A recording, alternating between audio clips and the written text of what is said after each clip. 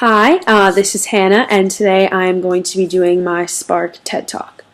So, one of the things that I've noticed about myself throughout this past year and that I really wanted to work on during the Spark project was my nonverbal communication while listening to somebody.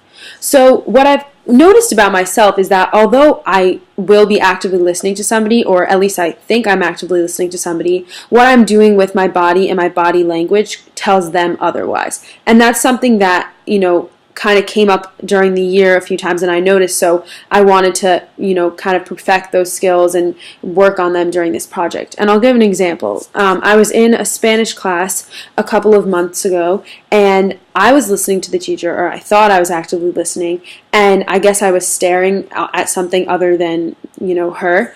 And she had said, "Hannah, are you with us? Can you repeat what I just said?" And of course, I was able to repeat everything she had said probably for the last 30 seconds verbatim, and I did that for her. But what it kind of made me realize was even though I knew I was listening, she didn't know I was listening. And that could kind of be taken as a sign of disrespect. And, in any other situation, although she kind of let it slide, that could have actually led to something worse. So that was a skill that I really wanted to work on in the Spark project. And today, during our Spark TED Talk, I'm going to talk a little bit about what I've learned as well as how I've been able to implement it. So the first thing that I learned about nonverbal communication, especially when listening, is that it's really important to make eye contact. And I'm actually not afraid of eye contact. That's something that I know bothers a lot of people. I get that it's sometimes really awkward, but that's something that I'm not really uncomfortable with. But what I didn't realize and what I learned about in Spark is that it's important to also not overdo the eye contact, because when talking to somebody, it's very easy to just kind of stare off in their eyes, and that could end up coming across as a little bit creepy, make them uncomfortable, possibly make you uncomfortable, and it just adds an unnecessary barrier in that conversation. So that's one thing I learned. And another thing is that it was about nodding your head, and that was something else that I found very interesting, because when I listen to somebody talk, one of the main ways that I acknowledge that I'm understanding them is going, and nodding my head, maybe possibly saying yeah or one of those phrases. But when we were talking about it, and what was pointed out was that that can almost make it seem like you're rushing somebody along, or that you're almost dismissing their idea, as when they're talking, you're saying like, okay, can we get this over with?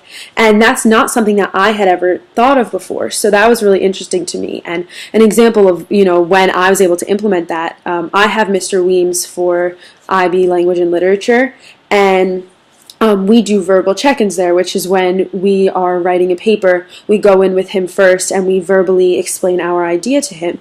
And he likes to talk a lot, and sometimes I find that I accidentally cut him off saying, well, how about I do this? And then he just keeps talking over me. And I don't really think that he minds that, but then when he does talk and I say, I always thought that that would mean that I was actually listening to him and understanding exactly what he was saying. But I guess to him, that could potentially come across as, okay, can you be done talking now? I have better things to do. So that was one thing that I didn't really notice until, we talked about it in Spark, and that has actually helped me a lot. The last thing about nonverbal communication, and I think it's the thing that I have the most trouble with, is my facial expression. So, and this comes a lot, when listening to somebody, especially somebody that's talking for an extended period of time. I tend to settle in this kind of rude-looking face that's not the most pleasant thing to look at, and it comes across as if I'm kind of just making a dirty face and not, and showing that I don't really want to be listening, when in reality, that's not really my emotions at all. It just happens to be how my face looks when I'm resting. So that's something that I've actually had to work on a lot, because I remember I mentioned this in class, but I was doing a Skills USA election. And when I was practicing and, waiting for everyone else to finish their speeches, and we were just kind of doing a practice run with Chef B and Chef J and Max and Sarah, Max Aronson and Sarah Monahan, they were saying that my face made it seem like I was just so unhappy to be there. And so we spent some time working on it and trying to make it so that I was constantly had, not the brightest smile on my face, because as we talked about in class, when you smile so crazily. It almost kind of makes it seem like you're making a joke of it, or that you're just posing and kind of creating a character that everyone knows isn't real just so that you can look better.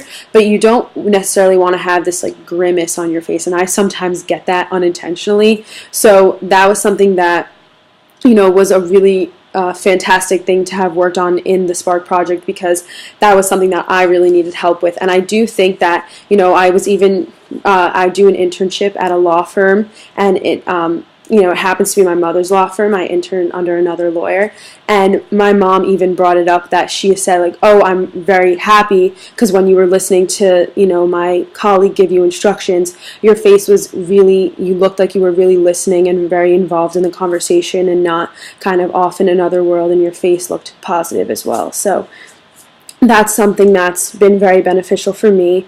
And overall, I really have enjoyed the Spark project. I think that, you know, it's been a great experience, and I'm sad that it's obviously my last year, but I'm looking forward to hopefully learning more throughout my experience in Spark, and yeah, looking forward to a great end of this year and next year. So, good night.